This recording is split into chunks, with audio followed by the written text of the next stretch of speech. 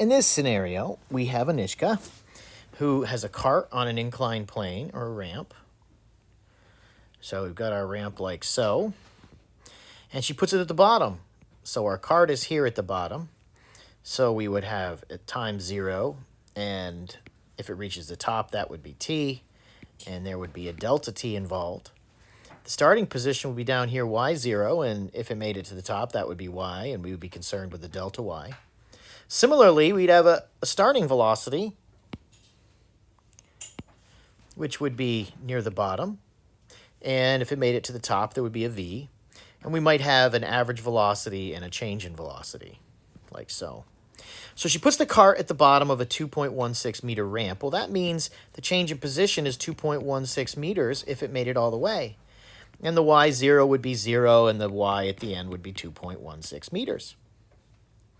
And she pushes it upward with a velocity of 4.92 meters per second. Well, that's the starting velocity, 4.92 meters per second.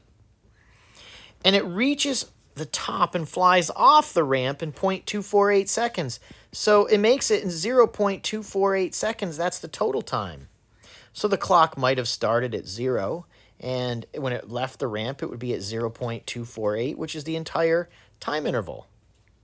We want to know the velocity when it flies off the ramp. That is the velocity at the end. So this seems like a pretty complicated problem, but when we don't know what to do, we do everything. And the everything for us is our two average velocity formulas, which are delta y over delta t. And secondly, v bar is v plus v0 over 2. Now, if we look at the given information, we have a delta y, and we have a delta t, and we have a v0. We do not know the final velocity. That's what we're looking for. And we don't know the average velocity. So again, we don't know how to approach this, but we can see very clearly that if we're able to do anything, it's to start with the average velocity delta y over delta t. So we substitute our values, 2.16 meters all over 0.248 seconds. And that average velocity, when we do that, is 8.709 677,419. And since it's a velocity, all velocities have units of meters per second. Now, we're not looking for average velocity, so we're not concerned about how we express it in the final terms, but we can see if we were doing that this has 3 digits, and this has 3 digits, so our final answer would have 3 digits. This 9 would cause that to round up, and we would have an average velocity of 8.71 meters per second. Now, moving on to finding that final velocity, unlike other examples we've seen, this v0 is not 0. So we need to solve for this v, and the way we would do that is we would multiply both sides by 2, because multiplying both sides by the same thing maintains their equality. And then we can see that this 2 divided by this 2 is 1, which leaves us with 2v bar equals v plus v0. Now we're looking for v, and we need to get rid of this v0, so we would subtract v0 from both sides, and that gives us 2v bar minus v0 equals v. We're subtracting the same thing from both sides, so it remains equal. Now, I'm going to rewrite this because I want the unknown on the left. And now we put in our values, 2 times the average velocity, and we always use the unrounded value, 8.709677, minus the initial velocity, which was 4.92.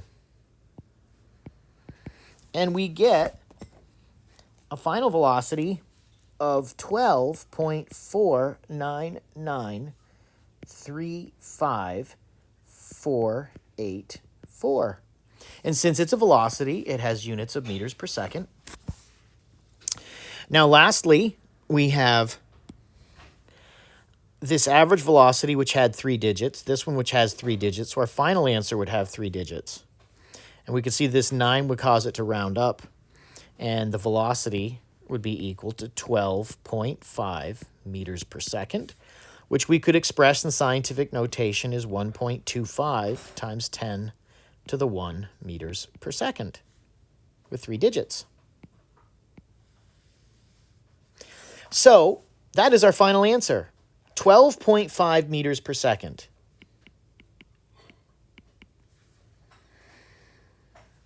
So that's how we would solve this and come up with an answer. But I want to suggest something here. If you take this cart and push it up the ramp and let go of it, what should happen to its velocity as it moves up the hill? If you push your little brother or sister on a bike up a hill and they don't pedal, you would expect that they are going to slow down and come to a stop. But even if you push them hard enough so they would go off the top, you would still expect the speed at the top to be less than the speed at the bottom. But yet you can see this speed of 4.92 is less than the 12.5 at the top. So there's two possibilities here. One is we made a mistake, or the second possibility is the numbers in this problem are impossible and don't work. And that is the case here. These numbers are impossible. This could not happen in real life, that you push this at 4.92 and it would leave.